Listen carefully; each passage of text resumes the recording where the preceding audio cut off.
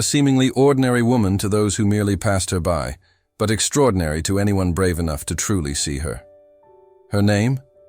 Emma Collins, 29 years old, administrative assistant at one of Canada's largest corporations, Silverline Industries. Have you ever stopped to think how it's possible to become invisible while living among thousands of people?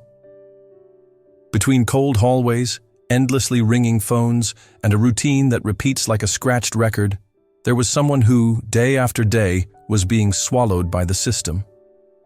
Emma woke up every day before sunrise, braved the packed Toronto subway, walked through the imposing lobby of the Silverline building, and made her way up to the 9th floor. Not the glamorous executive level, but the department where printers always broke down, document stacks never ended, and no one knew her name, only the extension of her desk. While the glass elevators carried directors to lunch in Michelin-starred restaurants, Emma ate alone in a makeshift break room with her plain sandwich and bottle of water. But there was something that set her apart. Despite the suffocating routine, Emma kept an old, worn blue notebook in her bag, where she wrote down dreams that felt too small for the corporate world, but big enough to keep her heart warm. It wasn't a dream of a 6-figure promotion or seeing her face on a magazine cover. It was something simpler, purer. One day, she wanted to open a small cafe where she could combine 2 forgotten passions, warm coffee and photography. She imagined walls adorned with photos of smiling children, reunited families, ordinary people celebrating life. A haven of simplicity in a city increasingly obsessed with status. But everyone around Emma seemed too busy to notice who she really was. She was the shadow in the corner of the meeting room, the one responsible for organizing folders for presentations she never got to see, the voice that was rarely heard. She knew every system password, every phone extension, every face in HR. But who knew her name? Who knew her dreams, her pain, her story? She asked herself this every day as she crossed that grand lobby, surrounded by gleaming marble, dazzling chandeliers, and people walking briskly, eyes fixed only on their expensive watches. And it was in this very setting, in the middle of that unchanging routine, that something entirely unexpected happened. A cold Monday morning. The kind of morning where everything feels harder, where the alarm rings, and you already feel the weight of the day pressing down on your shoulders. Emma was rushing, as she always did, her bag heavy on one shoulder, a stack of papers in her hands, and the anxious urgency of not being late to yet another meeting where no one would remember her name. That's when fate, which had seemed dormant until then, decided to shuffle the pieces on the board.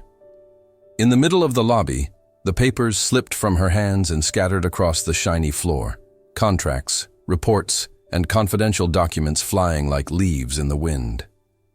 Emma knelt down, trying to gather everything before someone from upper management noticed the disaster, feeling that all too familiar embarrassment of always being the one causing a delay, the one making a mess, the one who wasn't seen, except in moments of failure.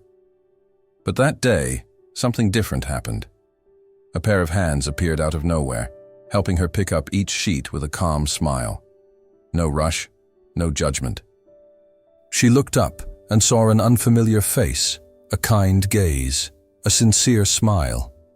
In that moment, without realizing it, her life was about to change forever, and it would all begin right there, with a simple gesture of help in the lobby of Silverline Industries. Emma could never have imagined that this unremarkable encounter in the lobby would be the start of something far greater than she could comprehend. The man who knelt beside her, with a gentle smile and eyes full of kindness, looked like someone new. One of those faces you instantly associate with a newcomer in the building. He wasn't dressed in the pristine suits worn by the executives from the upper floors, nor did he carry the arrogance of someone with an important title. In fact, there was something charmingly simple about him. A wrinkled navy blazer, scuffed shoes, and a curious, almost childlike expression, like someone seeing the world for the first time. Emma offered an awkward thank you, quickly stuffing the messy papers into her bag and preparing to vanish once more into the building's anonymous current. But he didn't leave. He stood up beside her and, in a friendly tone, said, "First day here. Seems like I'm already causing trouble too." Emma laughed, for the first time in a long while, not out of politeness or habit, but for something genuine. She asked his name, and he answered readily. Daniel Blake, intern in the strategy department. At least that's what it says on the onboarding sheet. Emma, with her mind trained for bureaucratic detail, found it strange she hadn't seen his name in the internal memos, but let the thought go. After all, new interns popped up often, most of them the children or friends of someone important at Silverline. The conversation was brief, interrupted by the ticking clock that threatened another late arrival.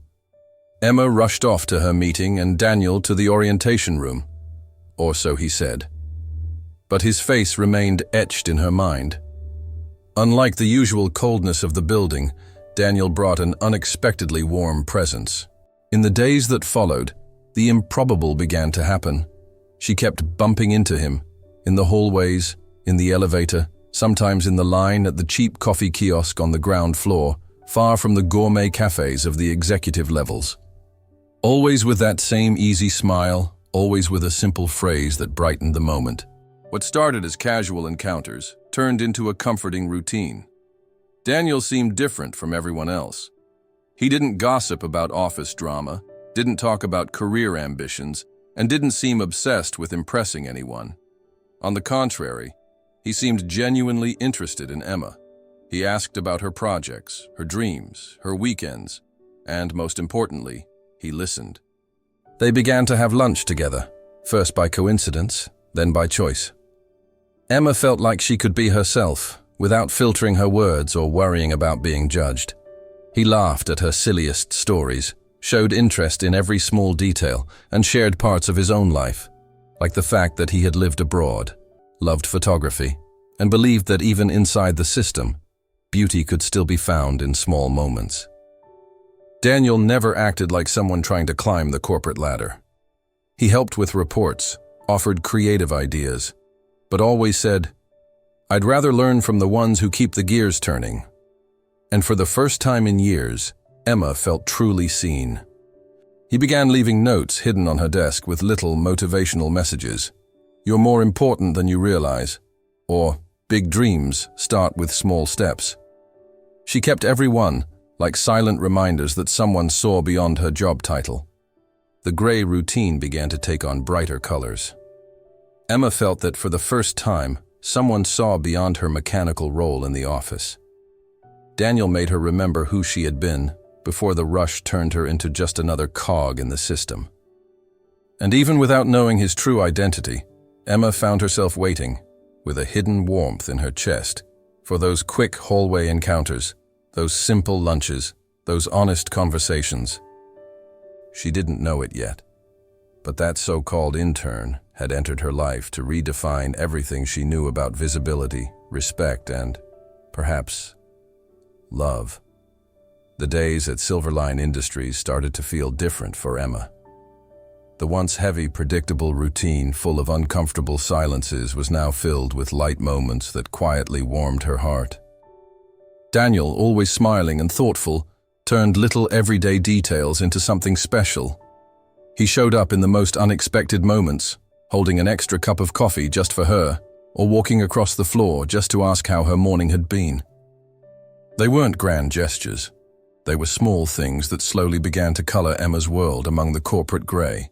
What started with a casual lunch became a frequent habit.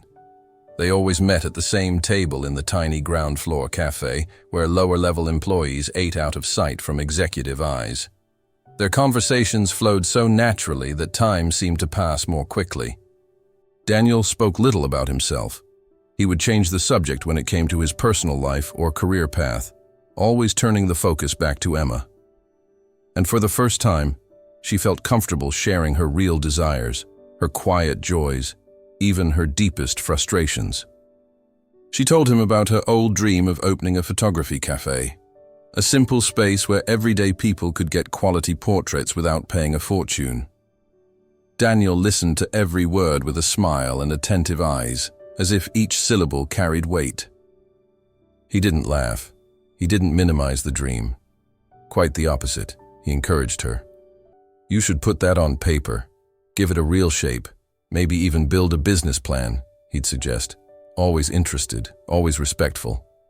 Their friendship deepened through small gestures. Notes started appearing on her desk almost daily, tucked between stacks of papers or discreetly taped to her water bottle. They were simple words, yet they always seemed to arrive at exactly the right time. Don't give up on your dreams. You have a light no one can dim. The world needs more people like you. Emma collected every note, folding them carefully and storing them in her blue notebook. Those pieces of paper became her talismans against hard days.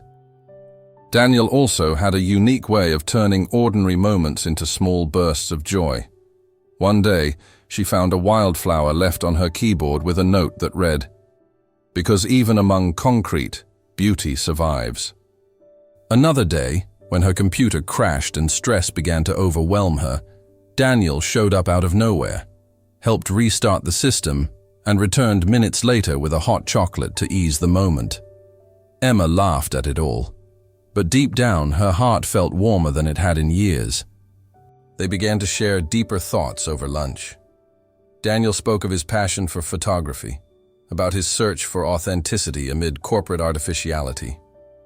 Emma spoke of her simple childhood, of her hard-working mother who taught her to look people in the eye and treat everyone with kindness. And in between subjects, she found herself admiring how Daniel understood her silences, how he could create a sense of peace even on the most chaotic days. Their meetings weren't limited to lunch breaks anymore. Sometimes after work, Daniel would walk her to the lobby, and they'd stroll together to the subway station, always trading laughs and secrets. Their friendship took root so naturally that Emma didn't even notice when she started counting the minutes to see him, when her heart lifted just hearing his voice from across the room. He had become more than a pleasant companion. He was a presence that made her days truly worthwhile. And without even realizing it, Emma began to let herself dream a little more, to believe that maybe, even within the concrete of Silverline, life could be more than just work and obligations. Maybe there was room for genuine connections. Maybe there was room for hope. It was on a morning that started like any other that the ground seemed to vanish beneath Emma's feet. The lobby was buzzing. The brisk pace of employees marked the beginning of another ordinary day. Emma followed her usual routine, coffee in hand, documents clutched to her chest, her mind already organizing everything that needed to be done before lunchtime. Daniel had left a note earlier that morning, tucked discreetly on the side of her monitor. It read, "Today is a good day to believe in yourself." She carried those words with her, feeling the day begin with a quiet sense of lightness. But it all came crashing down the moment her name was called for a meeting on the executive floor, an invitation she would never receive under normal circumstances. With uncertain steps, Emma made her way to the top floor, the space reserved for directors, managers, and high-level executives. Everything up there felt different. The air smelled more refined, the silence more deliberate, and every person seemed to exude an importance she had never known. As she stepped into the meeting room, she immediately felt out of place, small and out of depth among so many imposing figures. But nothing, absolutely nothing, could have prepared her for what she was about to discover. At the center of the room, seated at the head of the table in a flawless suit, was Daniel. He wasn't the strategic intern. He wasn't the kind, unassuming man who shared coffee and quiet moments with her. He was Daniel Harrington Blake, Vice President of Strategy at Silverline Industries, recently transferred from London after years in the European market.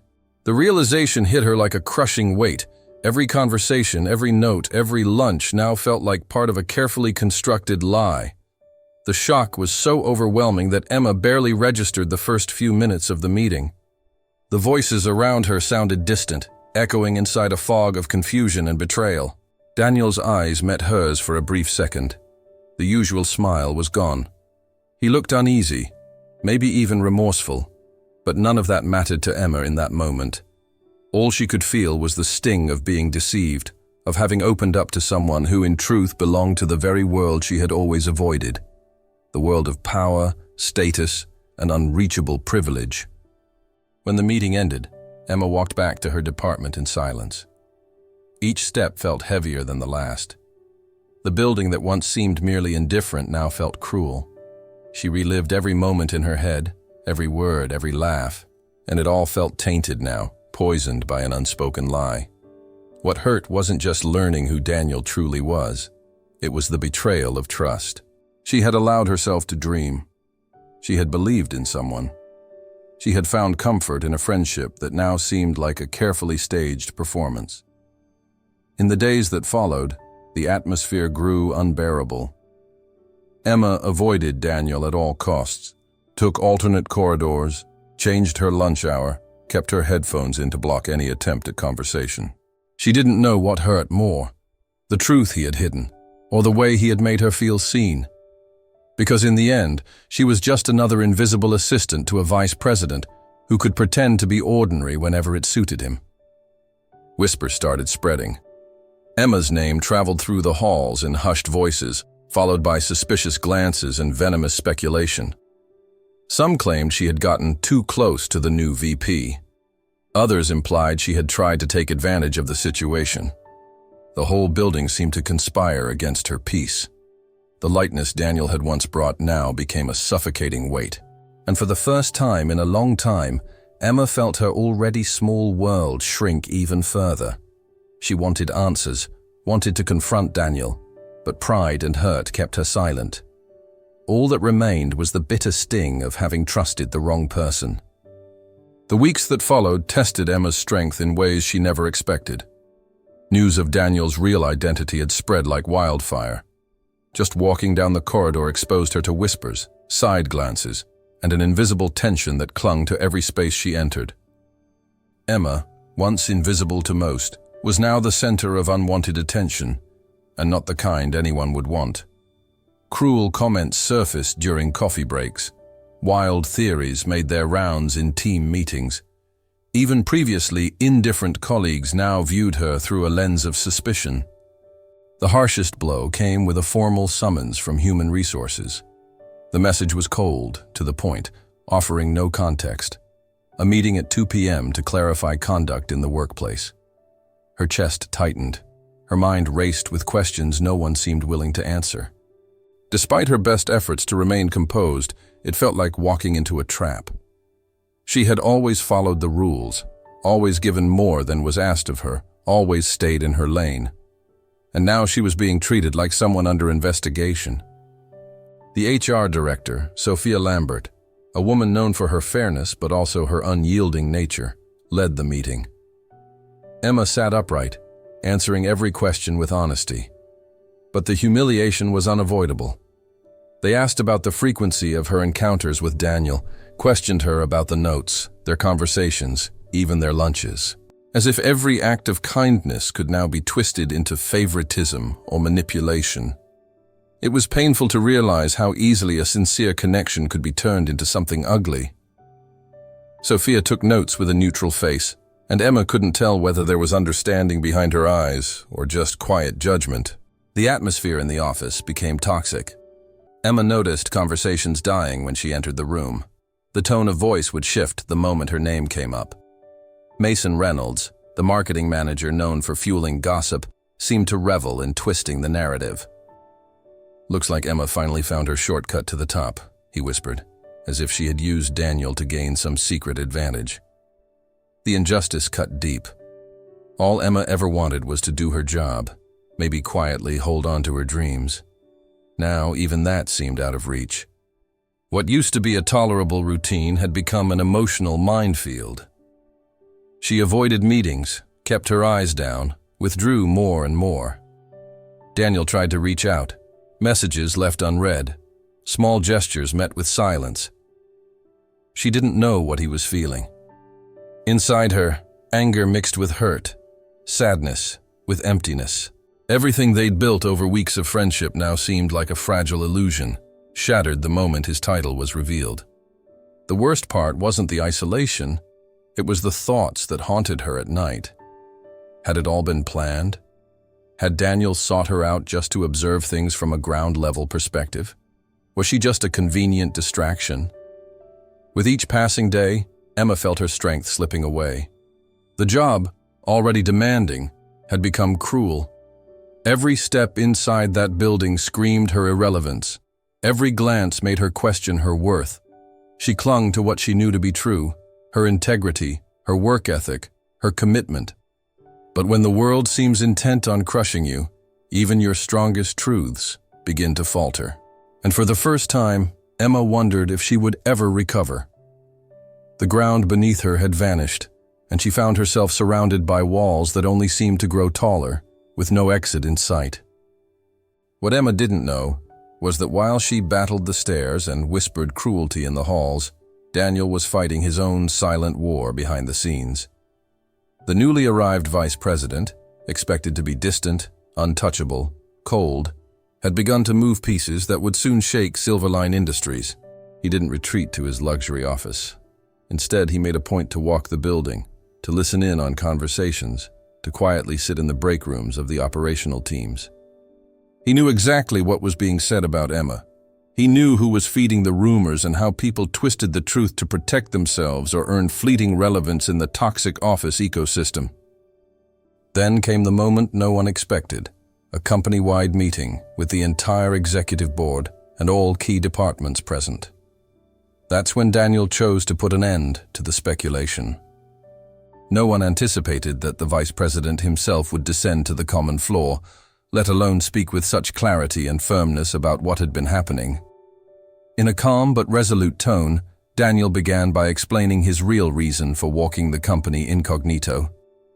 He spoke about Silverline's strategic decision to foster more cross-departmental integration, the importance of understanding the company culture from the inside out, and, above all, the value of those who keep the company running quietly from behind the scenes.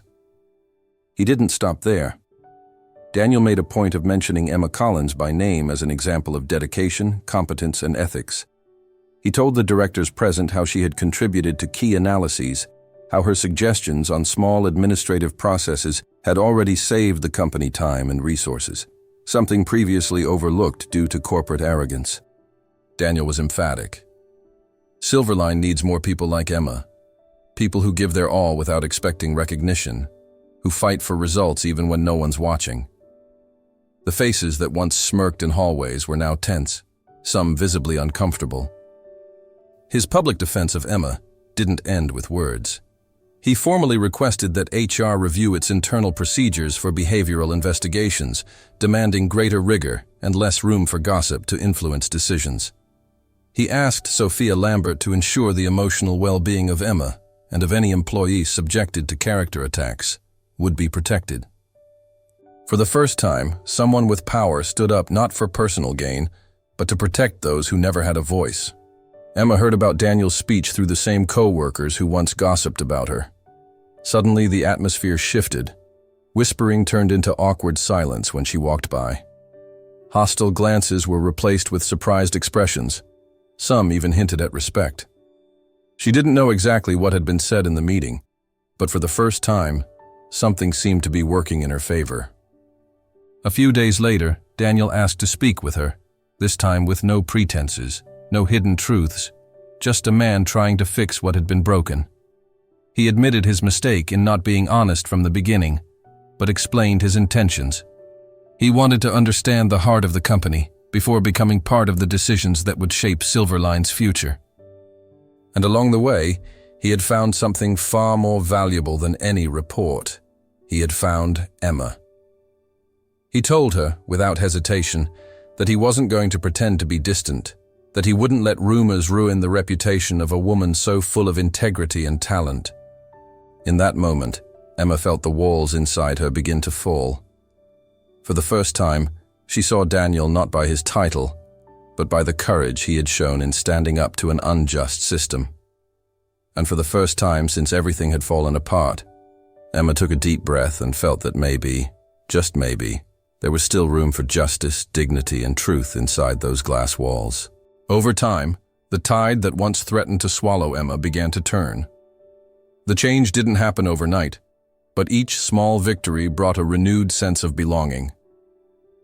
Daniel's intervention had shone a light on the quiet work she had done for years.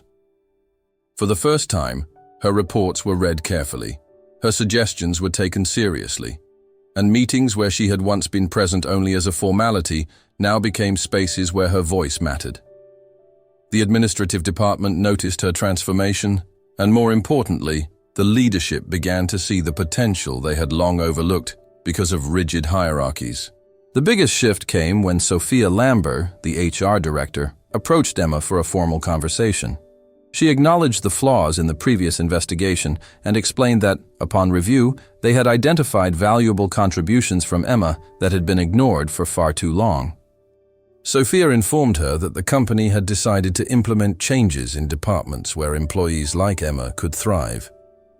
As part of this project, Emma would be given a new opportunity in a recently restructured department, with greater visibility, real challenges, and, most importantly, space for professional growth. Emma received the news with a mix of surprise and quiet emotion. The new department was responsible for internal social impact and innovation projects, an area where she could combine administrative efficiency with initiatives that made a real difference in the community. When she arrived at the new team, she found a different environment, less bureaucratic, more focused on human-centered results. There, she didn't have to beg to be heard.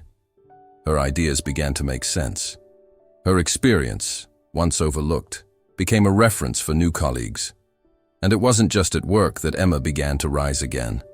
Something inside her was blooming too.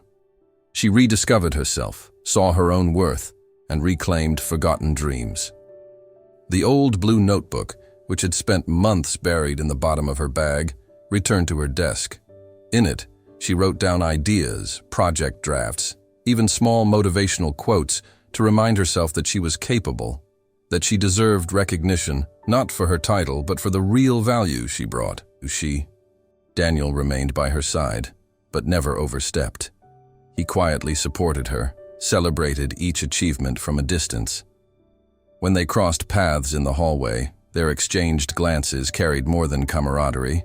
It was the connection of two people who had endured chaos together and come out stronger. Daniel made sure to publicly recognize Emma's achievements, citing her contributions in key meetings, including her ideas in board reports. But never in a forced or exaggerated way. He simply brought visibility to what had always been there, hidden beneath corporate indifference. Slowly, Emma's image within the company began to change. She was no longer seen as the invisible assistant, but as a smart, dedicated professional capable of driving Silverline's growth. Her name appeared on internal projects, workshop invitations, and conversations among directors who once didn't even know she existed. The same building that once felt like a windowless prison now seemed like a place where she could build new possibilities.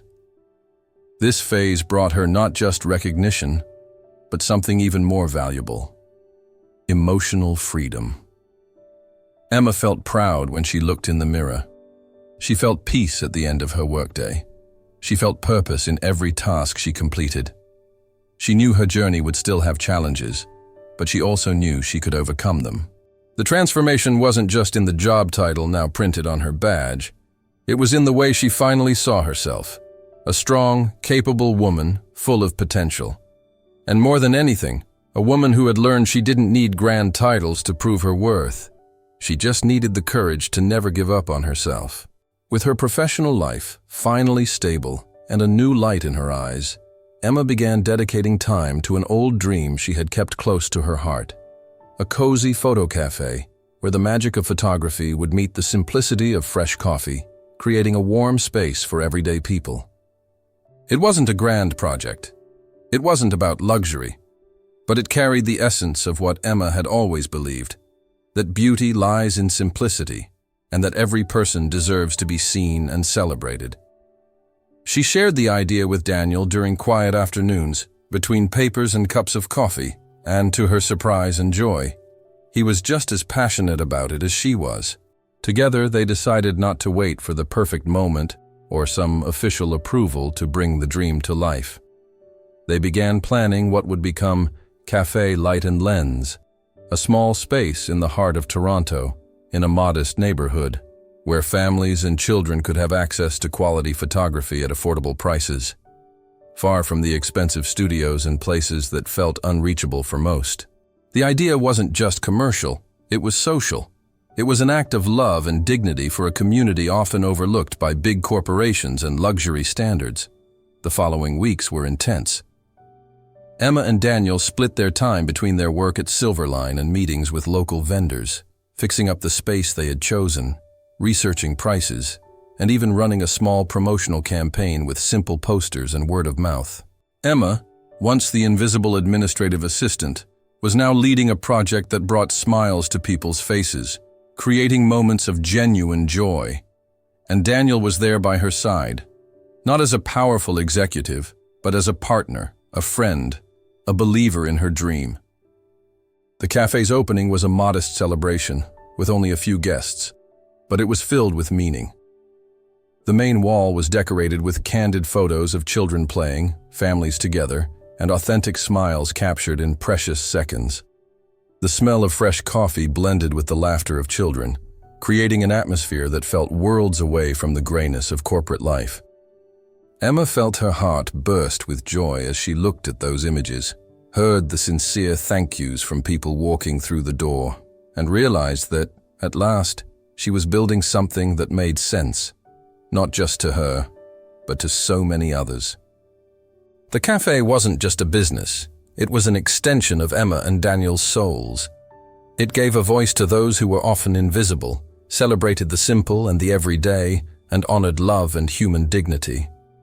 It was a place where small dreams had space to grow, big enough to change lives.